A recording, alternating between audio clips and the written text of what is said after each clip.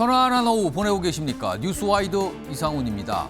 차기 여당 당대표를 묻는 각종 여론조사에서는 한동훈 전 위원장이 압도적인 1위를 기록하고 있는데요. 그런데 그를 향한 당내 견제는 더욱 매일 거세지고 있어서 거대한 분위기가 계속 이어질지 지금 관심이 집중되고 있습니다.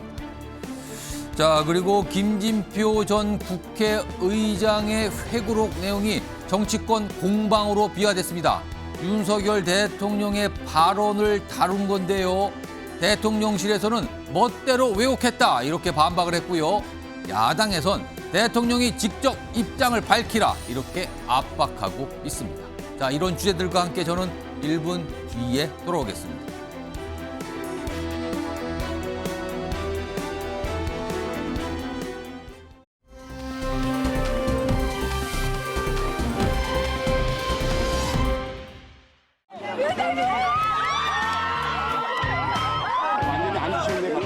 한동훈 화이팅!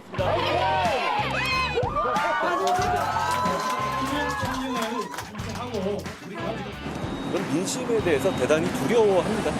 민심을 제가 평가하거나 분석하는 입장이 아니고요. 전 민심을 두려워하겠습니다. 한동훈 후보에 대한 여론은 저는 약간 인기라고 생각을 하고요. 그게 어떻게 보면 정치인으로서 검증된 여론은 아니라고 생각을 합니다.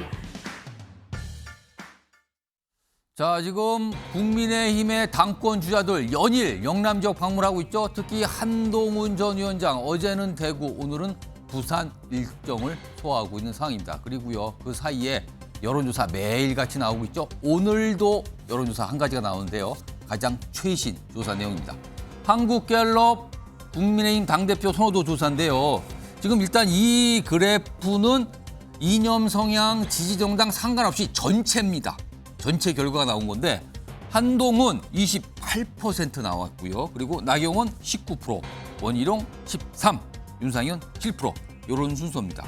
뭐 전체 조사인데도 한동훈 전 위원장이 가장 앞서고 있는 결과가 나왔죠. 자, 그러면은 이 조사 결과를 조금 더 좁혀서 국민의힘 지지층만 보겠습니다.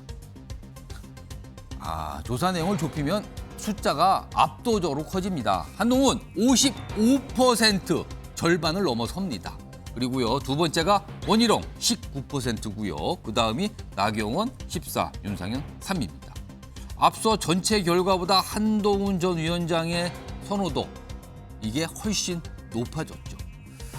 자, 배종찬 소장 오랜만에 뉴스와이드에 지금 나와 계신데요. 지금 한동훈 전 위원장을 향한 경쟁자 그리고 경쟁자뿐만 아니라 당내에선 특히 지방자치단체장들의 견제가 뭐 엄청난데요. 이런 상황에서도 국민의힘 지지층에서 지지율이 절반을 넘어가는 50%를 넘어가는 숫자를 기록하고 있다는 거. 이거 어떤 의미를 좀 봐야 될까요? 네, 가장 큰 이유는 총선에서 참패한 책임은 있지만 그럼에도 불구하고 세 가지 이유가 있습니다. 첫 번째로는 한동훈 후보의 팬덤이 있다는 거. 두 번째는 이재명 전 대표와 대립각을 세우고 있는 인물이 한동훈 후보라는 거. 예. 그래서 이제 국민의힘 지지층들이 결집하는 것이고요. 또 하나 우리가 오해를 하면 안 되는 것이 그럼 윤석열 대통령과 좀 갈등이 있는데 그럼에도 불구하고 거리두기를 하고 있거든요. 그 부분에 대해서도 국민의힘 지지층은 나쁘게 안 보는 겁니다. 왜? 윤석열 대통령은 윤석열 대통령, 한동훈 후보는 한동훈 후보. 그래서 윤석열 대통령과 차별하는 것도 앞으로의 국민의힘 경쟁력을 위해서는 필요하다. 이 세 가지 이유로 인해서 어대한 국민의힘 지지층에서는 어대한 어차피 대표는 한동훈 현상이 나타나고 있습니다. 그러니까 여러 가지 견제가 쏟아지고 있지만 그럼에도 불구하고 한동훈 우세 또는 대세론 이거는 일단 현상 유지가 되고 있는 거 아닌가? 뭐 여론조사상으로는 그렇게 보인다는 거죠. 그런데요. 오늘 나온 이 여론조사 조금 더 자세히 들어가 보겠습니다. 다음입니다. 여기 보시면요. 국민의힘 당대표 선호도하고 여기 작은 제목으로 국민의힘 지지층과 무당층을 더한 겁니다. 이게 무슨 의미냐면요. 전당대회에서 여론조사가 반영이 되거든요. 20%로. 근데 그 20%를 반영할 때는요. 야당 지지층은 뺍니다. 물어봐서 국민의힘 지지하시죠? 아니면 지지정당이 없으시죠? 이런 분들만 대상으로 여론조사를 하게 돼 있거든요. 그렇다면 이거는 전당대회에 적용될 수 있는 내용인 겁니다. 자, 지지층과 무당층한테만 따로 물어봐서 따로 그 수치를 뽑아보니까요. 한동훈 38%입니다. 자, 이거는요. 앞서서 국민의힘 지지층만 봤을 때는 55였는데 줄어들었죠. 무당층이 섞이면서요. 그리고요. 나경원, 원희룡, 윤상현 각각 15, 15, 4인데요. 합치면 34가 됩니다. 자, 이 숫자의 의미는 한동훈 대 반한동훈 이렇게 볼 수도 있거든요. 3명의 후보를. 그렇다면 38, 34로 나오는 겁니다. 배용찬 소장님? 네. 지금 이게 전당대회 적용된 여론조사 방식을 이제 미리 여론조사 기관에서 따져본 건데 그렇죠. 무당층 포함하면 지지율이 한동훈 전 위원장 줄어드는 걸로 나옵니다. 그리고 한동훈 대 반한동훈 또는 비한동훈을 이렇게 대비하면 비슷하게 나오기도 하고. 그렇죠. 이걸 어떻게 봐야 됩니까? 당원까지 이렇게 된다면 어대한이 아니라 어대몰. 어차피 대표는 모르겠는데요. 이렇게 돼버리는 거거든요. 그러니까 이렇게 되는 이유는 무당층, 지지하는 정당이 없다를 포함하니까 한동훈 후보의 파괴력이 좀 줄어든다. 그런 이유는 당원은 아직까지는 모릅니다. 그런 이유는 무당층, 지지하는 정당이 없다는 국민의힘 지지층이 아니니까 여기에서는 한동훈 후보의 팬덤이 그렇게 강하지 않다. 그러니까 말 그대로 외연확대가 제한적이다. 만약에 이렇게 되면은 1차 투표에서 끝나는 게 아니라 38대 방금 전에 국민의힘 지지층과 무당층을 합한 것은 한동훈 후보 대 다른 후보 38대 34거든요. 예. 그러면 결선 투표를 갈 수밖에 없다. 그때 제일 중요한 표심이 영남 당원 표심이 될 걸로 보입니다. 자, 그럼요. 최경철 매일신문 편집위원도 오랜만에 나오시는데요. 그러면은 한동훈 팬덤이라는 게 통상 얘기가 됩니다. 그렇다면 그거는 국민의힘 지지층을 중심으로 형성이 돼 있는 거고 중도층 또는 무당층은 한동훈 전 비대위원장에 대해서 생각만큼 그다지 관심이 높지 않다. 이렇게 볼 수 있는 겁니까?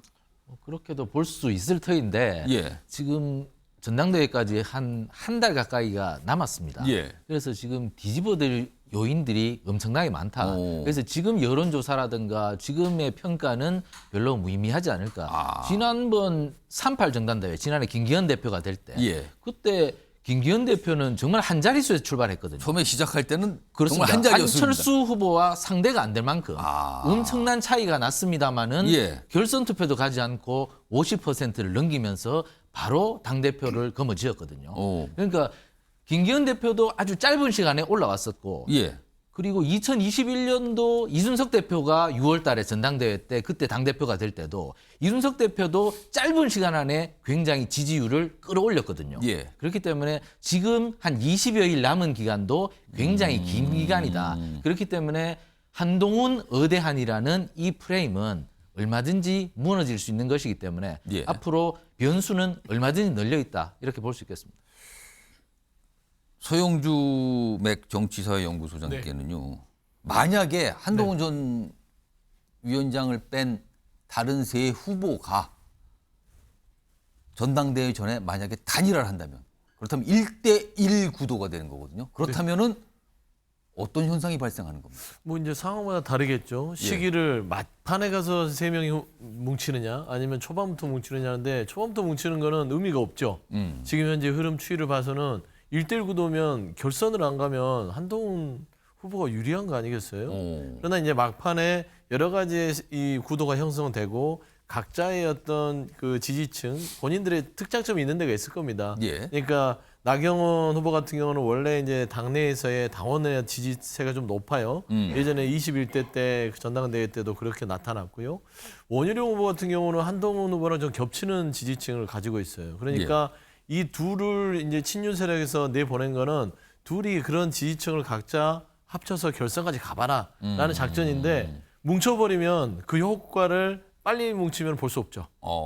그러니까 이제 끝에까지 드리블을 할 건데 저는 이제 뭐 선거를 예측할 수 없는 부분이지만 막판에 가서 정말 이게 팽팽하게 세 명이 합이 한동훈 그 후보를 뒤집을 수 있다라고 하면은 합할 수도 있죠.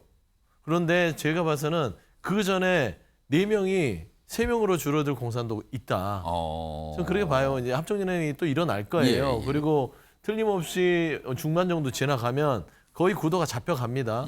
그다음에 용산의 공격은 더 거세질 거예요.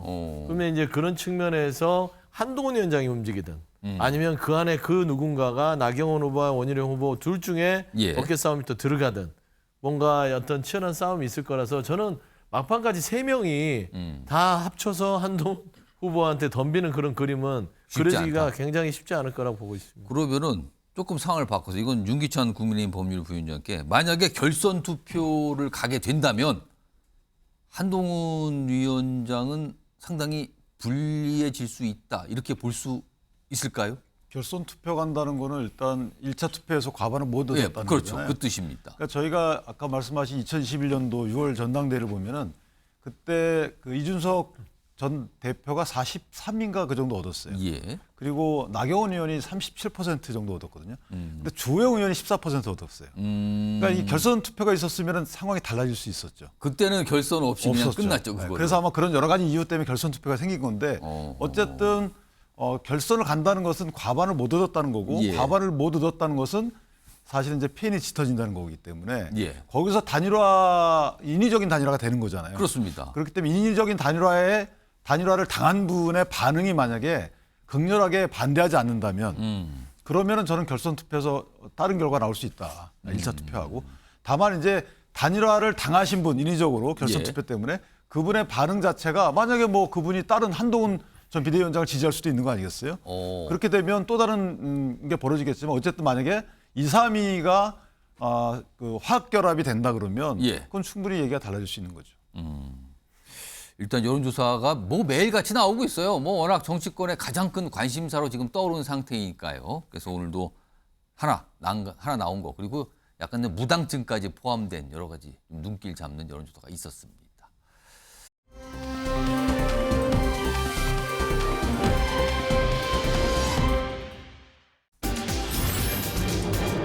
자, 영남 민심의 한동훈은 과연 어떻게 비춰질까? 이 주제를 좀 다뤄볼 건데요. 오늘 한동훈 전 위원장이 부산을 방문했죠. 그리고 그 전날인 어제는 대구를 방문했죠. 그런데요, 그런 과정 중에서 계속 뭔가 거절을 당합니다. 화면 보겠습니다. 먼저 거절은 이제 홍준표 대구시장이죠. 이건 2차례 거절입니다. 만나자고 2번이나 제안했는데 만날 이유 없습니다. 면담 거절 2번. 그리고요, 이어서 이철우 경북도지사도 만나자고 연락을 했는데 할 일 너무 많은데요. 안 됩니다. 뭐 재조정하시죠. 역시 거절. 그리고요, 오늘은 부산을 방문했는데요.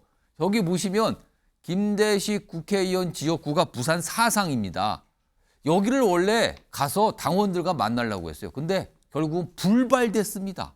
뭐 지금 나오는 얘기는 공식적으로 거절은 아니지만 일정상 연기 요청을 했다고 합니다.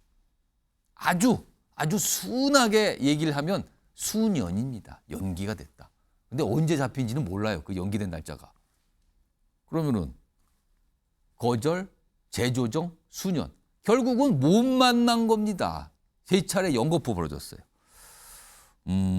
그런데요, 이 부산 사상구요, 지난 총선 때 당시의 김대식 후보, 한동훈 당시 비대위원장이 열심히 찾아가서 돕고 지원하고 뽑아달라고 외친 곳이었거든요. 당시의 모습 확인해 보겠습니다.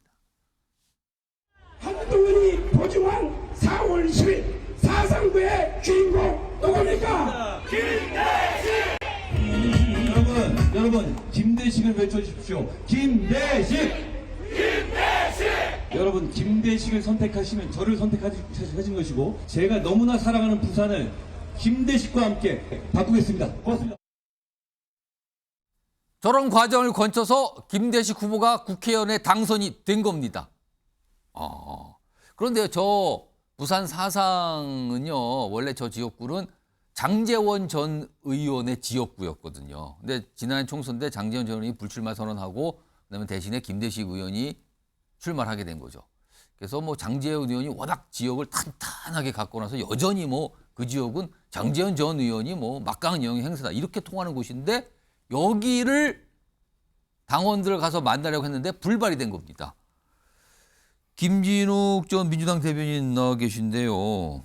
장제원 전 의원의 지역구를 물려받은 김대식 의원, 부산 사상인데요. 일정상 이유를 들어서 만나질 않았거든요. 한동훈 전 위원장. 그리고 당원들 모집을 안 했는데 이거 어찌 봐야 됩니까? 일단 이 상황도 심상치 않은 상황이다. 뭔가 친윤의 움직임이 조직적으로 있는 게 아니냐라는 의구심을 가질 수 있는 상황이다라고 보여져요. 일단 뭔가 의심이 든다 이 말씀입니까? 그러니까 여기에서 지금 말씀 주셨던 것처럼 수년이지 않습니까? 수년입니다. 수년이라는 것은 이미 약속을 잡았었던 것처럼 보여요. 그렇다라는 것은 뭔가 방문의 의지를 표현했고 그것을 받아들였었던 것 같은데 갑자기 일정상의 이유로 이게 취소가 됐다, 수년이 됐다라고 한다면 왜일까라는 궁금증이 생기지 않겠습니까? 지금 저 사상에는요, 다른 당권 주자분들은 이미 갔다 가신 분들이 있거든요. 근데 오늘 어제부터 나왔던 이유는 당원들이 오늘 금요일이니까 주말 앞두고 있어서 당원들이 이렇게 오라고 하기가 좀 쉽지 않다. 뭐 이런 설명까지 나온 상황이에요, 지금요. 그런데 말씀 주셨던 것처럼 이 지역이 장제원 전 의원이 지역이었고 이것을 이번 22대 국회에서 김대식 후보에게 그 지역구를 물려준 것 아닙니까? 그렇다면 여전히 장제원 의원의 영향력권 안에 있다. 이렇게 볼 수도 있는 부분이에요. 근데 오늘같이 이렇게 오늘 이 부산에서 이 사상구 한 곳만 그랬느냐. 어제 대구의 홍준표 시장, 또 경북의 이철우 지사, 그리고 거기에 이어서 부산의 사상구 대표적인 친윤이 있다고 하는 장제원 의원의 전 지역구까지 뭔가 계속해서 거절이라고 하는 것이 이것이 과연 우연의 일치일 것이냐 하는 부분을 놓고 보면 그것은 아니지 않을까라는 생각이 들고요. 이 부분에 있어서 이 영남권에서 지금 뭔가 심상치 않은 분위기가 만들어지고 있는 게 아닐까라고 하는 부분들을 강하게 추측하게 할 수 있는. 제가 더 궁금해지는데 심상치 않은 분위기란 뭘 말씀하시는 겁니까? 뭔가 한동훈 후보가 지금 윤석열 대통령과 매우 대립각을 세게 세우고 있는 이 부분에 대해서 심기가 불편한 부분들이 있다라는 거죠. 그것이 뭐 누구의 심기일지는 모르겠습니다만 그런 것들이 일정한 기류가 형성되고 있는 것 아닌가. 근데 이런 기류가 조금 더 지속된다면 굉장히 한동훈 후보에게는 고전을 면치 못할 수도 있는 악조건이 생길 수 있다. 이런 측면에서 보면 좋은 시그널은 아닌 것이죠. 오늘 부산을 찾은 한동훈 전 위원장은 뭔가 부산 시민들에게, 당원들에게 뭔가 호소를 하는 듯한 얘기를 했고요. 오늘 다른 후보 중에서 한 분인 윤상현 의원은 이철우 경북지사를 만납니다. 이철우 지사는 일정상 바빠서 한동훈 전 위원장 못 만난다고 했던 상황이었었는데 두 가지 영상이 있습니다. 보시죠. 제가 이렇게 짧은 기간 다시 나오는 것을 그래도 귀엽게 봐주시는 것이 두 가지라고 생각해요. 첫째, 제가 108일은 전에 너무 짧았던 거 아니야? 두 번째, 너라면 한번 싸워서 이길 수 있지 않겠어? 이거 아닙니까? 여러분 저에게 기회를 주십시오. 제가 정말 잘해보겠습니다.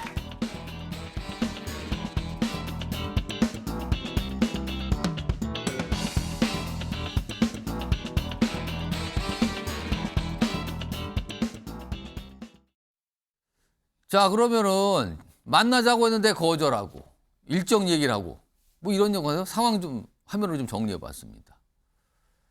좀 구체적으로 나와 있죠? 왜 불발된 이유를 홍준표 시장은 한동훈이 온다 그러길래 오지 말라고 거절했다. 여기 그냥 아주 단박에 오지 마세요예요. 이철우 지사는 조금 그거보단 이게 좀 누그러진 표현이죠. 밖에서 들어온 사람이 대표되면 당 가치가 하락한다. 이런 얘기를 하면서 뭐 일정상 뭐 다른 일이 있어서 그리고요. 여기 김대식 의원은 행사 있어 다음에 부산호명 방문하기로. 하여튼 이유들 일정을 댑니다. 윤기찬 부위원장. 다들 정말 뭐 홍준표 대구시장은 아예 오지 말라 그랬고요. 다른 두 분은 다른 일정이 있어서 바빠서. 정말입니까? 어떻게 봐야 됩니까? 여쭤보지 않아가지고 모르겠는데요. 근데 저거는 어쨌든 김대식 의원 같은 경우에는 뭐 여러 가지 정치적 해석이 가능한 부분은 맞아요. 제가 보기에도. 다만 이제 나머지 두 지자체장의 경우에는 현대는 이제 한동훈 전 비대위원장이 대세잖아요. 현재 지지율로만 보면. 예. 그렇기 때문에 당대표 당선 확률이 높다. 그런데 지자체장은 당선되는 이제 다음 당대표가 공천권을 행사한다고 봐야죠. 네. 만약에 대선 출마하지 않고 본인이 사퇴하지 않는다면 그럼 공천을 갖고 있는 당대표 될 확률이 높은 사람을 오지 말라고 한다. 예. 상당히 위험 부담이 있는 거죠. 그러면 그러네요. 따지고 보니까 그러네요. 그러면 두 가지 중에 하나입니다. 본인이 어떤 메시지를 내고 싶은 건지 또는 당심이 그런 건지 그 지역의 민심이 왜냐하면 본인은 지역에서 만약에 한동훈 전 비대위원장이 지역에서 인기가 높다면 예. 그걸 반대해서는 지역에서 당선될 확률이 낮잖아요. 공천받을 확률도 낮고. 그러니까 지역 민심이 한동훈 전 비대위원장한테 원활치 않은 것을 확인한 건지 예. 아니면 지역 민심을 본인이 원활치 않게 하고 싶은 건지 뭐 둘 중에 하나 아니겠습니까? 거기다 이제 홍준표 시장의 경우에는 본인과 여러 사람이 말을 종합해 보면 예. 본인한테 방문하겠다고 하는 메시지 전달 과정이 마음에 안 들었다는 후문도 있어요. 그러니까 직접 전화한 것이 아니고 뭐 본인하고 좀 미묘한 관계에 있는 분을 통해서 했다. 뭐 이런 취지의 전원이 돌기도 하기 때문에 예. 사실은 이제 제 생각에는 한동훈 전 비대위원장이 정말 가고 싶다 그러면 또 가야 되겠다 싶으면 다시 한번 시도해야죠. 뭐 지금 후보자 아니겠습니까? 예. 4명 중에 1명인데 처음에 거부당했다고 해서 안 가겠다, 나 갈 필요 없다라고 하는 것은 저는 맞지 않다고 봐요. 근데 또 한 번 가겠다고 연락했는데 또 거절하면 어떻게 됩니까? 아니 공개적으로 가겠다 하면 되죠. 거절하게 되면 아마 민심 당심이 움직이지 않겠습니까? 어느 쪽 움직이지 모르겠지만 저는 여기서 만약에 한동훈 전 비대위원장이 나 이제 안 가도 돼라고 하면 그건 오만하게 비춰져요. 그렇다면은 경북지사도 다시 만나러 그리고 홍준표 대구시장도 만나러 그리고 부산 사상도 다시 한번 날짜를 잡아서 가고 이렇게 해야 된다는 거예요 지금? 지금 한동훈 전 비대위원장의 지지율이 예. 여론조사상 지지율이 이렇게 만약에 높게 안 나오면 이렇게 하겠습니까? 3번이라도 가겠다고 하겠죠. 근데 높게 나오니까 나 안 가도 돼라고 한다 그러면 그걸 보는 당심이나 민심이 어떤 평가를 할지를 예. 본인이 전략적으로 판단해야 되겠죠. 이 거절인데 또 거절 이후에 어떻게 대응해야 되냐 또 이런 말씀까지 좀 해주셨는데요. 아까 지지율 몇 가지 관점에서 봤는데 이번에는요 이 지지율을 또 다른 관점에서 조금 더 깊게 자세히 들어가서 좀 보겠습니다. 첫 번째입니다. 자 오늘 나온 지지율 중에서요 윤석열 대통령에 대해서 긍정평가하신 분, 이거 주목받을 만한 내용인데요. 직무 긍정평가다. 간단하게 말씀드리면 윤석열 대통령을 지지하는 분들은 당권 주자들을 어떻게 부르냐예요. 일단 한동훈 52, 이것도 절반이 넘네요. 그렇죠. 윤석열 대통령을 지지하는 분의 절반 이상이 52, 그리고 원희룡 21, 나경원 12, 윤상현 2 이렇게 돼 있고요. 다음 하나 더 보겠습니다. 이번에는 지역으로 보는데 대구 경북 TK만 좀 보겠습니다. 한동훈 33, 원희룡 19, 나경원 17, 윤상현 4입니다. 배훈찬 소장님? 예.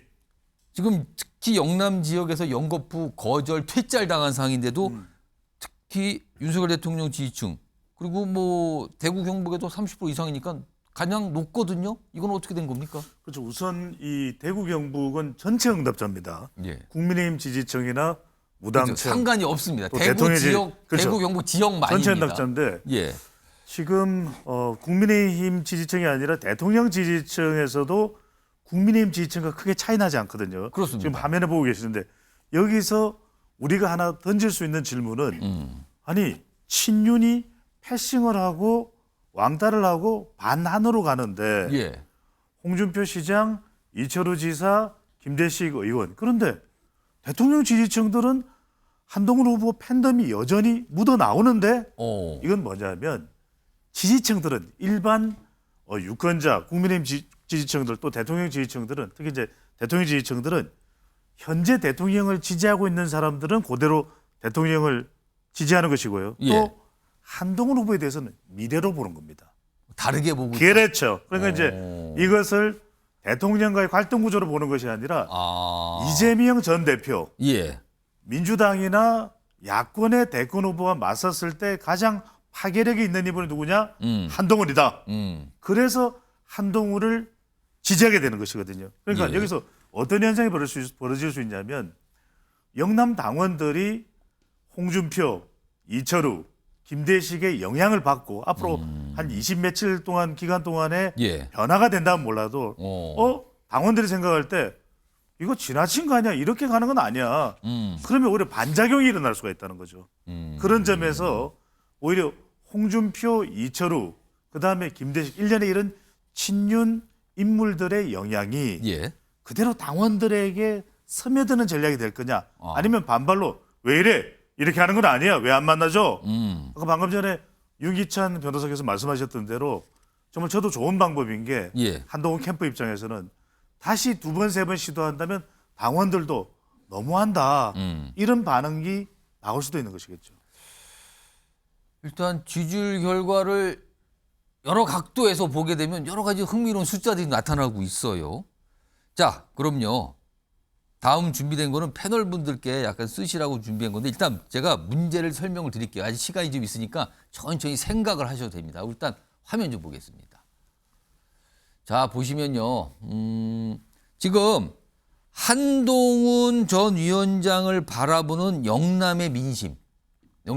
이게 지금 가장 많은 분들이 관심이 있어 하는 거거든요.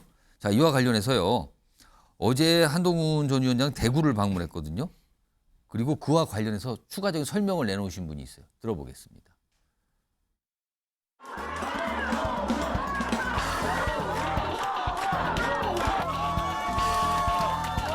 저에게 기회를 주십시오. 108일은 저에게 너무 짧지 않았습니까? 우리 이 동네 살아요. 제가 엘리베이터에서 여사님들을 만났어요. 저 아세요?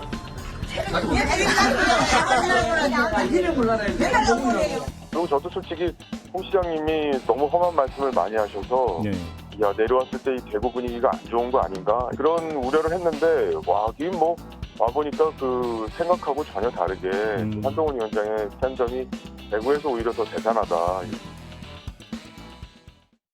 자, 지금 요 영상 속에 뭐 장면과 설명을 들어보면은 대구 지역 방문했고 영남 지역 방문했는데 굉장한 환호를 받고 있다. 이렇게 좀 설명이 나오잖아요. 그런데요.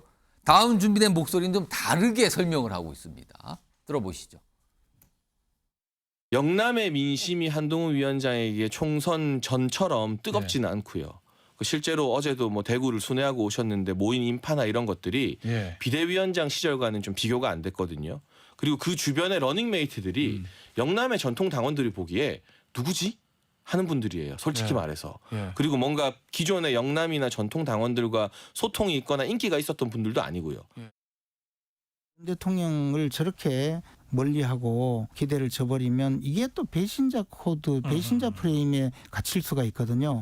지금 유승민 의원이 거의 자기 지역구에서는 영원히 정치를 할 수 없을 만큼의 이 강한 배신자 코드가 씌워져 있어서 사실 그게 이제 유승민 의원의 대표적인 브랜드가 됐죠. 근데 한동훈 위원장도 그런 점은 좀 스스로가 고려를 해야 되지 않을까.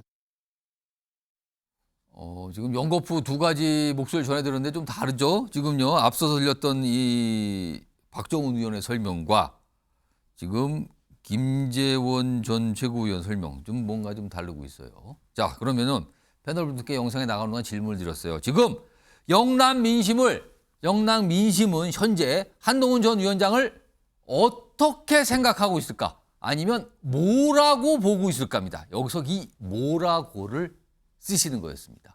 우선 최경철 위원은 이 뭐라고가 뭐라고 쓰셨습니까? 좀 뭐 다른 팀이라고 썼는데요. 그럼 다른 팀으로 보고 있다 지금. 네, 그리고 뭐 방금 김재원 전 최고위원이나 그리고 뭐 원희룡 지금 후보도 지금 그 말씀하시는데 배신자라는 말을 하죠. 저도 뭐 그걸 쓰려고 그러다가 제가 언론인이 혐오 표현을 쓰기에는 좀 그럴 것 같아서 원래는 배신 뭐 이런 거 쓰시려고 그랬었어요? 뭐 언론인이 이런 표현을 써서는 안 되겠다 싶어서 저는 좀 순화해서 다른 팀이라고 썼습니다.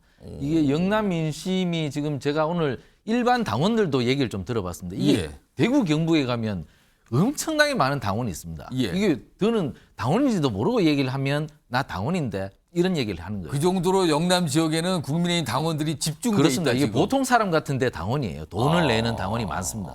그만큼 고관여층이 많은데 그분들 생각은 아니 한동훈 위원장이 그 당대표 후보로 출마하면서 왜 최상병 특검법을 들고 나왔을까?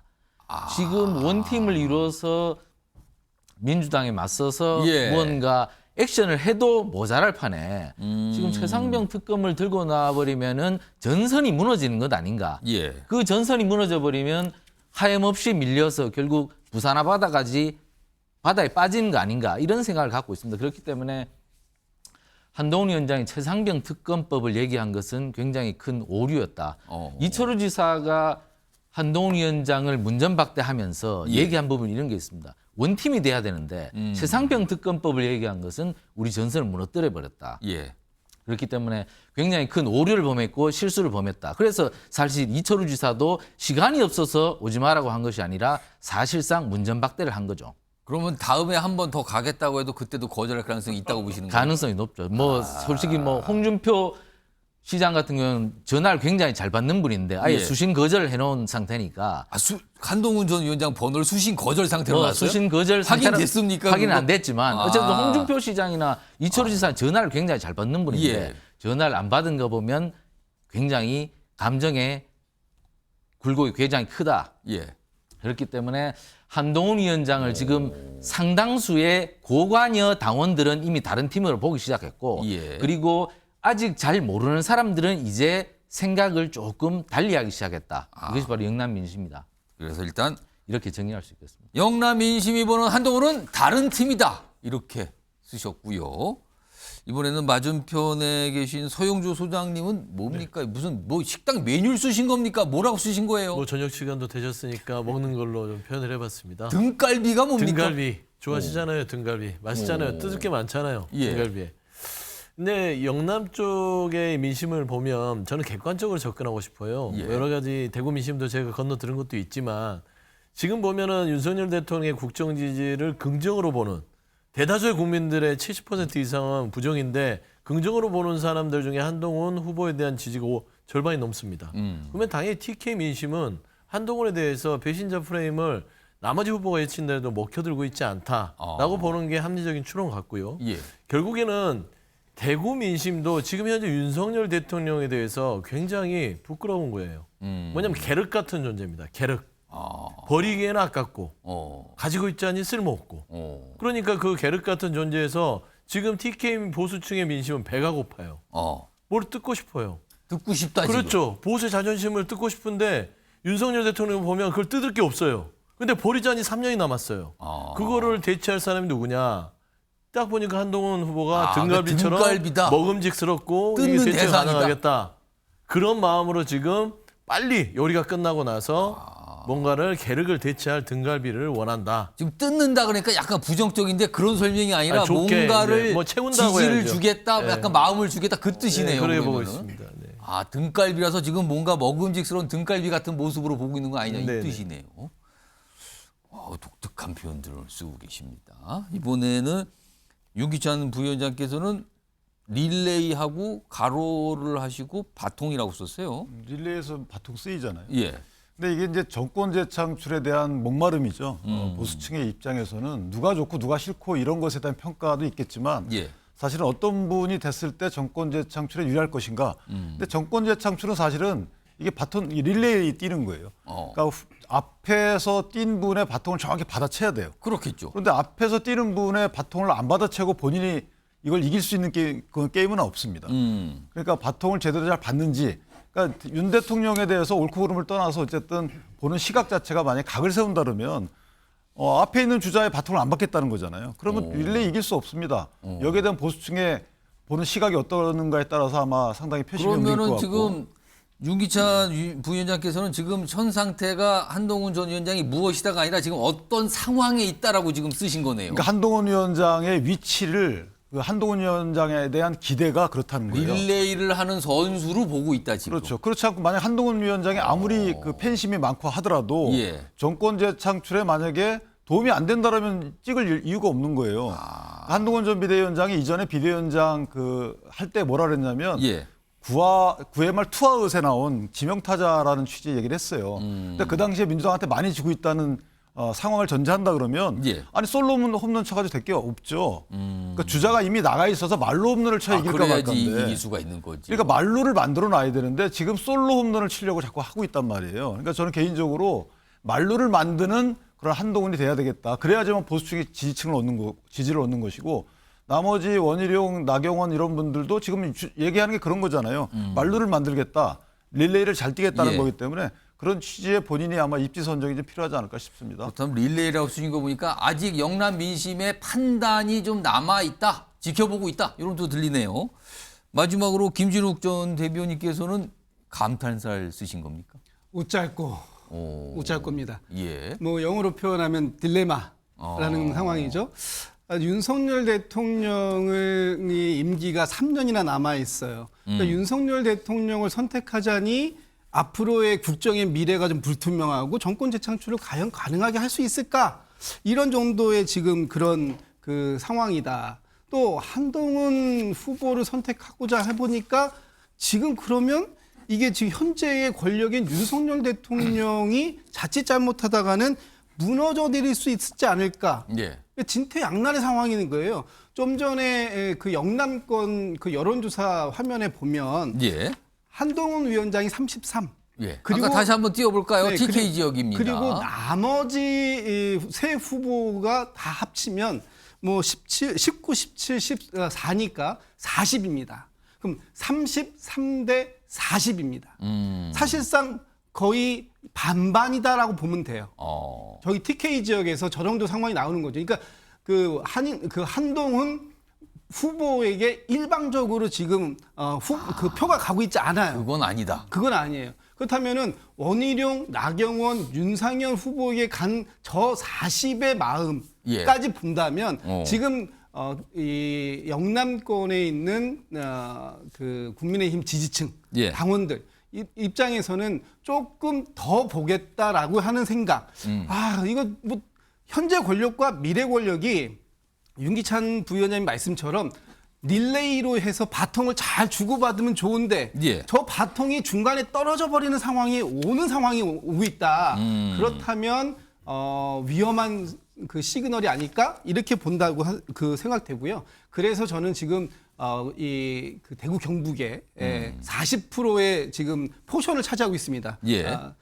그 국민의힘의 전체 80만 당원 중에 40만 명의 지지층이 모여 있는 이 대구 경북 지역에서 영남 지역에서 지금 한동훈 후보를 바라보고 있는 이 모습은 고민이 깊다. 웃자야 되나. 지금 그 상황이 아닐까 싶습니다. 자, 요거 관련해서 마지막으로 배용찬 소장님께 지금 사실은 4명의 이 당권 후보들 가운데 원희룡 전 장관이 윤심에 가장 근접한 거 아니냐라는 평가도 사실 있어요. 네. 원 전 장관의 최근 나온 지지율은 어떻게 봐야 됩니까? 보통 2등 정도로 기록하는 경우가 많은데요. 지금. 그렇죠. 그게 이제 친윤, 윤심의 현주소라고 봐야 되겠죠. 하지만 제한적이다. 결과적으로 당원은 웃잘고 이게 중요한 거죠. 내 등갈비는 있는가. 그러니까 이제 지금 계속해서 원희룡 후보는 윤 강조거든요. 친윤, 찐윤, 이번에는 무윤. 무윤은 뭔지 아십니까? 뭡니까? 무조건 윤. 그다음에 윤윤. 최근에 창윤도 나왔어요. 그게 뭐냐면 정부를 만드는데 같이 하지 않았냐. 근데 이제 이것만으로는 여론조사도 그렇고 당원들이 아까 우리 이제 위원님께서 말씀해 주셨던 대로 당원들이 지난해 3월 전당대회처럼 윤심이 작동해서 당원들이 따라가주면 모르겠는데 그러면 당원들이 이른바 반한이 원희룡 후보 지지로 그대로 연결될 것인가? 이거는 확답할 수가 없는 부분이거든요. 그렇기 때문에 원희룡 후보가 내세우는 보수 재건, 그다음에 윤석열 대통령과의 생산적, 건설적 협력, 그리고 최상병 특검법이나 김건희 여사와 관련된 부분에 대한 대안, 이런 부분에 대한 목소리가 나와야 되겠죠. 그러니까 무조건 오로지 윤만으로는 부족하다. 알겠습니다. 지금 뭐 대략적으로 보니까 이제 한 달 정도 남았죠. 전당대회 날짜가요. 과연 어떻게 되는 건지 좀 지켜봐야 되고요.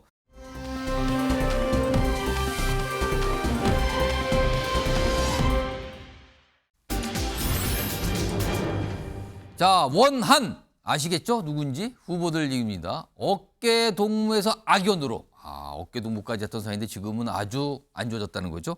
일단 이 선거 당시 정말 친했던 모습 그거부터 좀 확인해 보겠습니다. 나 이거 사줘요. 예. 돈이 없어 지금. 2만 원어치. 아니. 나 이것도 사줘요. 이것도 다시 나한테 돌아가네. 이거 좋아해? 어이 그럼. 나는 너무 사랑해. 하나 더. 자 이걸로. 이걸로.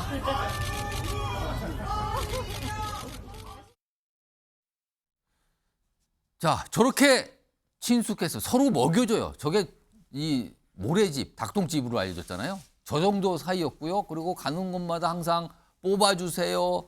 같이 가겠습니다. 이렇게 친했던 것 같은 사이였는데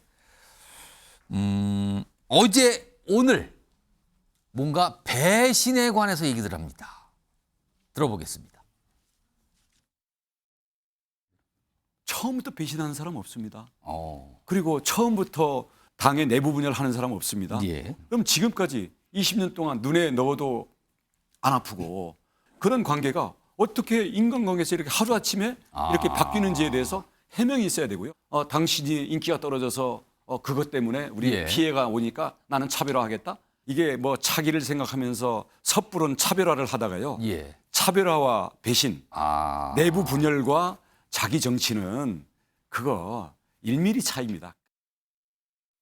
연 이틀이란 말은 틀리신 것 같고 계속 그러고 있지 않나요? 저는 대한민국의 국민을 절대 배신하지 않을 겁니다. 제가 배신하지 않아야 할 대상, 정치인이 배신하지 말아야 할 대상은 대한민국과 대한민국의 국민입니다. 화면 좀 보겠습니다. 두 사람 사이 요즘에 심상치 않아요. 자, 어깨 동무하던 사이에서 악연으로 지금 보면은 왼쪽에는 지난 2월 사진이에요. 저렇게 서로 어깨 동무하면서 지지를 호소하고 서로 식당에서 밥도 먹고 먹여주기도 하고 막 이랬어요. 2월이에요, 2월 총선 때. 그리고 이게 지나서 2월이니까 지금 6월이잖아요. 뭐 그래봐야 한 4달 지난 거예요, 지금요. 총선 끝나고 나면은 2달입니다, 겨우. 그런데 지금은 배신의 정치 안 됩니다. 누구를 보고 저렇게 해요. 그러자 한동훈 전 위원장, 배신 안 할 대상은 국민이죠. 배신 얘기 매일 하시더군요. 약간 이런 반응. 굉장한 신경전입니다. 김진욱 전 대변인. 원희룡 전 장관은 지금 한동훈 전 위원장에게 이른바 배신자 프레임을 씌우고 있는 겁니까? 그렇게 보이십니까? 그렇죠. 제가 지지난주에 이 자리에서 말씀드렸어요. 윤한 갈등이 새로운 원한 관계를 만들어냈다. 아마 기억하실 겁니다. 잠깐만요.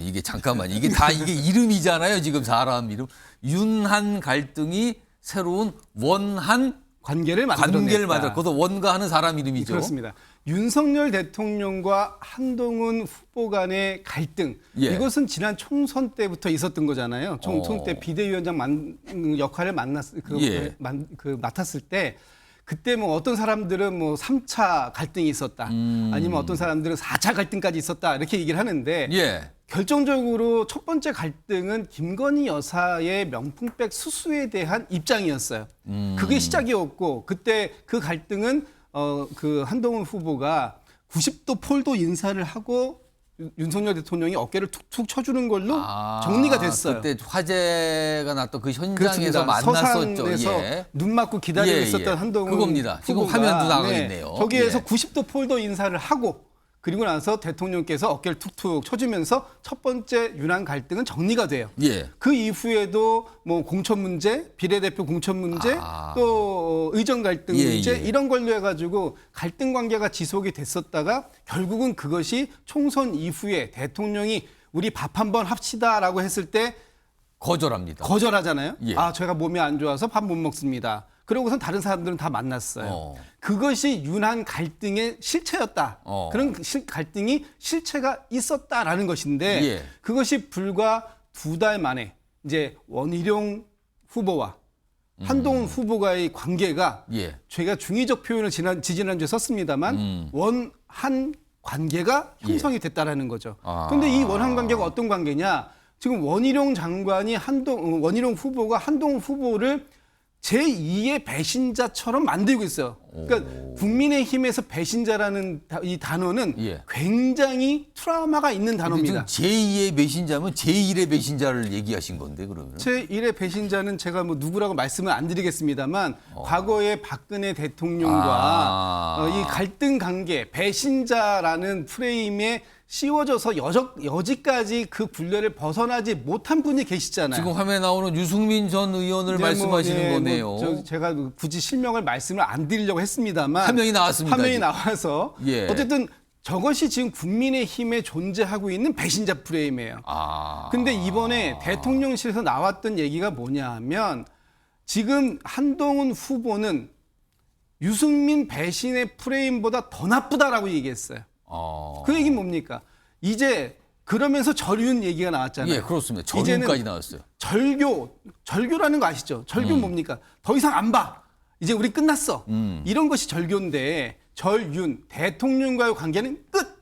이렇기 때문에 새로운 관계는 이제 윤한 그 갈등에서 시작된 원한 관계로 배신자의 프레임에서 벗어나지 못하는 관계로 형성이 됐다. 여기 말씀드리는 겁니다. 두 분의 이 두 후보의 이름이 또 하필 원하고 한이에요. 또 그러니까 원한 이렇게 붙여지잖아요. 그걸 응용을 해서 말씀을 하셨는데 최영철 위원, 사실은 그동안 당내 이제 경쟁자들이 당권 주자들 중에서 경쟁자들이 한동훈 전 위원장에 대해서 압박하고 공격할 때도 한동훈 전 위원장은 특별하게 반응을 보이지 않고 다른 얘기를 많이 했어요. 근데 이 배신에 대한 언급만큼은 강하게 받아치는 것 같은데요. 이건 왜 그럴까요? 원희룡 후보가 수요일 날 오전에 저희 신문사에 와서 인터뷰를 하고 갔습니다. 그때 할 때는 배신자라는 단어를 소환하지 않았어요. 그때는 안 썼어요? 안 썼습니다. 그냥 의대한에 대해서 아직 뭐 1회 말이야, 이제 시작이야, 9회 말까지 멀었어. 의대한은 다녀보니까 아직 아니야. 그게 수요일이었어요? 그렇습니다. 근데 어제 목요일에 이 자리에 뉴스와이드에 나와서 인터뷰를 했는데 여기서 배신한 단어를 썼거든요. 그렇습니다.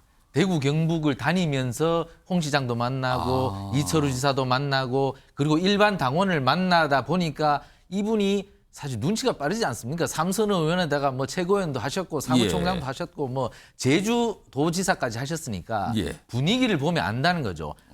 이제 수위를 끌어올려야 되겠구나. 그런데 민심도 모르고 그냥 수위를 끌어올렸다가는 정치는 욕풍을 맞기 쉽거든요. 그러니까 TK 민심을 보고 나니까 자신감이 들어서 배신자 프레임을 이걸 써도 되겠다라고 판단했다. 확신을 해서 목요일쯤부터는 그 프레임을 가동하기 시작하면서 다른 사람들도 이제 같이 쓰기 시작하는 거죠. 그러면서 한동훈 위원장에 대해서 굉장히 강한 화살들이 날아가고 있어서 지금 원희룡 장관이 이걸 치고 나간 게 먹혔다. 결국 원희룡 장관이 지금 TK에서 거의 20% 가까이 나오지 않습니까? 원희룡 장관한테 물어봤거든요. 이거 사실 준비된 출마 아니잖아. 그러니까 사실상 인정하면서 당의 상태를 보고 민주당에 하는 것을 보니까 도저히 있어서는 안 되겠다. 이런 명분을 붙였으면서도 사실 갑작스러운 출마는 인정해야 되거든요. 결국에는 한동훈 위원장에 대해서 원희룡 장관이 강력한 배신자론을 쓰면서 여론조사 지지율에서 굉장히 올라가고 있다. 원 후보의 지금 상승세가 굉장히 가파르게 올라가고 있기 때문에 지금 한동훈 후보도 오늘부터 방어를 시작하지 않습니까? 내가 그렇습니다. 왜 배신자야? 이 얘기를 해요. 약간 이례적으로 대응을 하고 있는 거예요, 지금. 그것도 결국엔 말려 들어간 거죠. 자기는 다른 길을 가야 되는데 이제 모든 프레임은 배신자 프레임으로 가는 거죠. 그렇기 때문에 TK에서 한동훈 위원장에 대해서 호감을 갖고 있던 사람들도 저 사람이 왜 배신자지? 이것을 묻기 시작했거든요. 자꾸 배신 이 생각을 하게 된다는 잘 모르던 거죠. 사람들도 궁금증을 갖고 다른 당원한테 물으면서 단톡방에서 토론을 하기 시작하고 이게 지금 확산이 되어가고 있다. 그렇기 때문에 다음 주 중에는 여론조사 지지율이 또 한 번 바뀔 가능성이 있다. 저는 이렇게 봅니다. 자, 여당 내에서 과거에 어떤 트라우마가 있잖아요. 이제 배신 이런 거와 관련된 건데 그걸 다시 소환하고 있는 거 아니냐. 뭐 제2의 누구 뭐 이런 표현까지 정치권에서 오늘 나오더군요. 이런 상황에서 어제 원희룡 전 장관 뉴스와이드에서 출연해서 굉장히 귀를 잡는 얘기를 했는데 무슨 한동훈 전 위원장의 외모 얘기를 좀 꺼내놨어요. 외모. 그 대목을 좀 들어보겠습니다.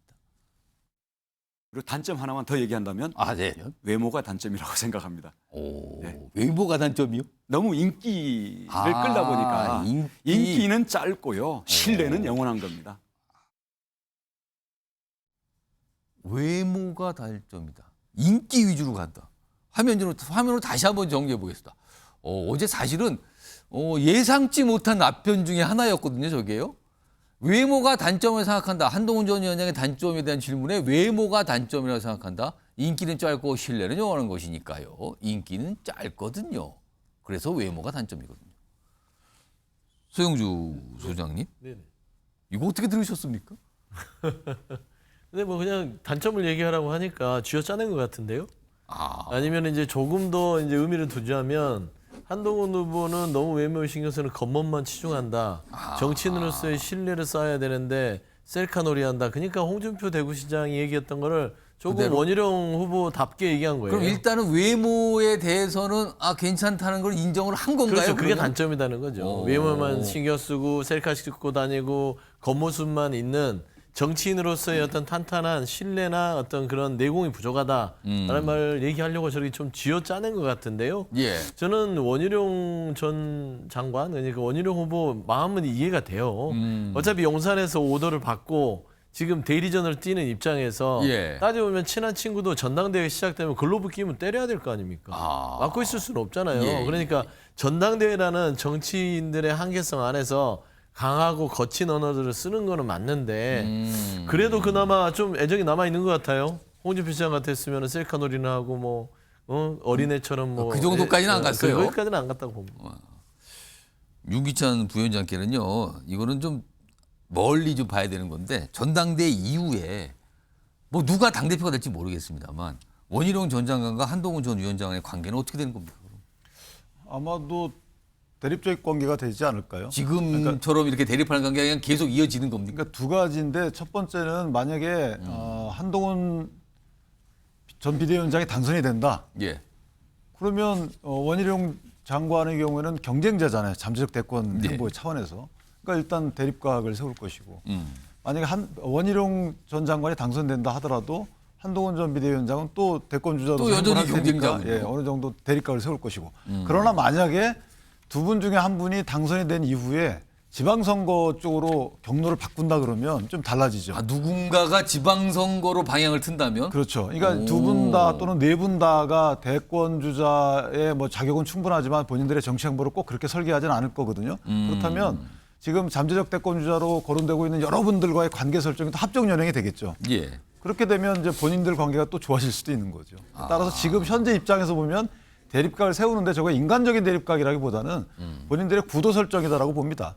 그래서 이제 한동훈 전 비대위원장은 아무래도 대통령이 뭐 제3차장 임명하고 법무장관 임명하고 심지어 비대위원장도 도움을 받았다고 하는 시각이 많은 상황이었잖아요. 예. 그런 상황에서 이제 대통령과 갑자기 대립각을 세우니까 거기에 대해서 이게 과연 국민들이 어떻게 평가할 것인가에 대한 그쪽을 조금 더 시각을 중하게 보고 나오는 것이고 한 장관은 이제 지금부터 대권 행보를 하고 있는 거죠. 국민을 언급하고 있잖아요. 그러니까 대통령과의 어떤 배신 문제를 누가 언급했는데 그걸 부인하지 않아요. 나는 오로지 국민만 배신 안 하면 안 된다. 이거는 지금 대권 행보를 하고 있는 거거든요. 그러니까 본인은 당권은 이건 당연지사고 지금 대권 행보를 꾸준히 하고 있다라는 평가를 받고 있기 때문에 저는 어떤 전략이 과연 국민적 시각에서 소구력 있을지는 봐야 될 것 같다라는 생각합니다. 자, 워낙 총선 당시와 지금 모습이 워낙 달라서 뭐 많은 분들이 약간 떠오르시기를 좀 너무 대비된다. 이런 말씀들 많이 하고 계십니다.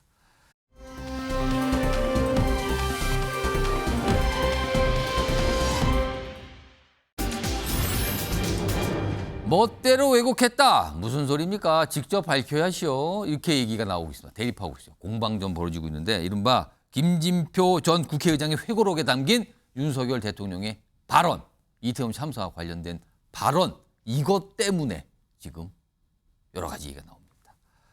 우선 화면으로 좀 정리해 보죠. 대립되는 상황입니다. 우선 김진표 전 국회의장이 최근에 낸 이 회고록이요, 회고록. 내용이 이제 일부 공개가 된 건데요. 윤석열 대통령이, 그러니까 이게 뭐 조찬 기도회 이럴 때 잠깐 만나서 대화를 나누는데 그 대화를 했다라고 김진표 전 의장이 밝히면서 소개를 한 거예요, 책에다가. 근데 이태원 참사 조작 가능성을 언급했다, 윤석열 대통령이. 그러면서 극우 유튜버 음모론 정말 대통령 입에서 술술 났다. 이렇게 책에 담겨 있답니다. 그러자 바로 어제 대통령실에서는요. 아니 김진표 회고록 윤석열 대통령 얘기를 멋대로 왜곡했다. 멋대로 왜곡했다. 이거 개탄스러운 일이다. 그리고 그런 대화 자체를 이렇게 책에다 쓰고 뭐 하는 겁니까? 이렇게 반발을 합니다. 자, 이 사안과 관련해서 오늘 민주당 쪽에서 일단 얘기가 나왔습니다. 들어보겠습니다. 국정 운영을 극우 유튜버의 음모론에 의지해서야 되겠습니까? 국민의 생명과 안전에 무한 책임을 져야 할 대통령이 극우 유튜버가 떠드는 아무 말 음모론에 경도되는 것도 모자라 사실로 굳게 믿고 국정 운영을 하고 있었다는 것이기 때문입니다. 대통령실의 해명만 듣고 그냥 넘어가기 어렵습니다. 윤석열 대통령이 직접 입장을 밝혀야 합니다. 이혼 3사 음모론 윤석열 대통령은 국민 앞에 직접 입장을 밝혀라. 대통령이 저급한 음모론을 신봉했다니 두 귀가 의심스럽습니다. 국민의 생명과 안전을 지켜야 할 윤석열 대통령은 과연 국민을 대표할 자격이 있습니까? 자, 민주당에서는 이렇게 또 압박을 하고 있는 거죠. 이 사항에 대해서. 그리고요, 여당에서는 한동훈 전 위원장 역시 그렇고요. 여당에서도 논평을 내면서 강하게 반박하고 있습니다. 방어를 하고 있다고도 할 수 있겠죠. 보겠습니다. 그 직후에 대통령실에서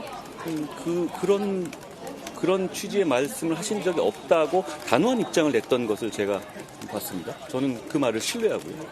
저는 이성적으로 판단한 문제라고 생각합니다. 그런 말을 대통령께서 하셨을 거라고 저는 전혀 믿지 않습니다.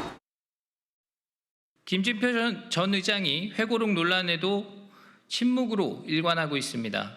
불 지르고 구경하는 격입니다. 만약 그런 일이 있었다면 왜 그때 직언하지 못했습니까?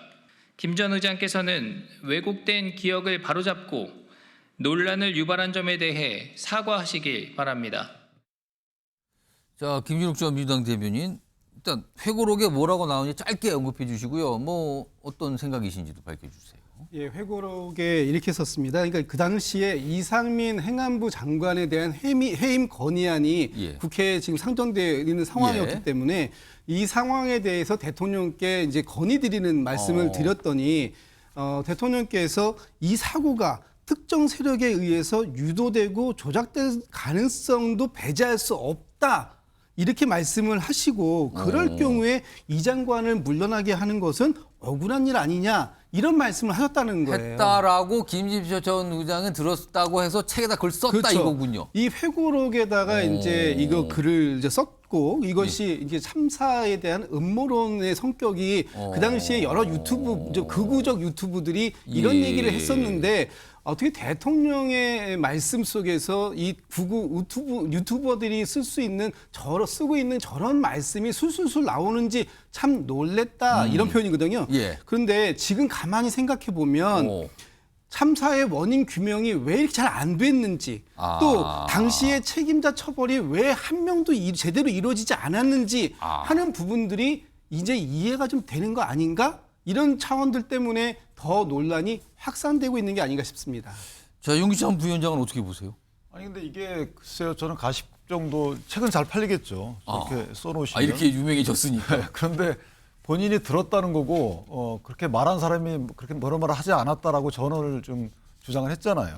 그러면 뭐 저걸 보강할 수 있는 여러 가지 객관적 증빙 자료가 없기 때문에 저거는 그냥 본인이 저는 개인적으로 그냥 쓰신 거다라는 생각이 들고 왜냐하면요.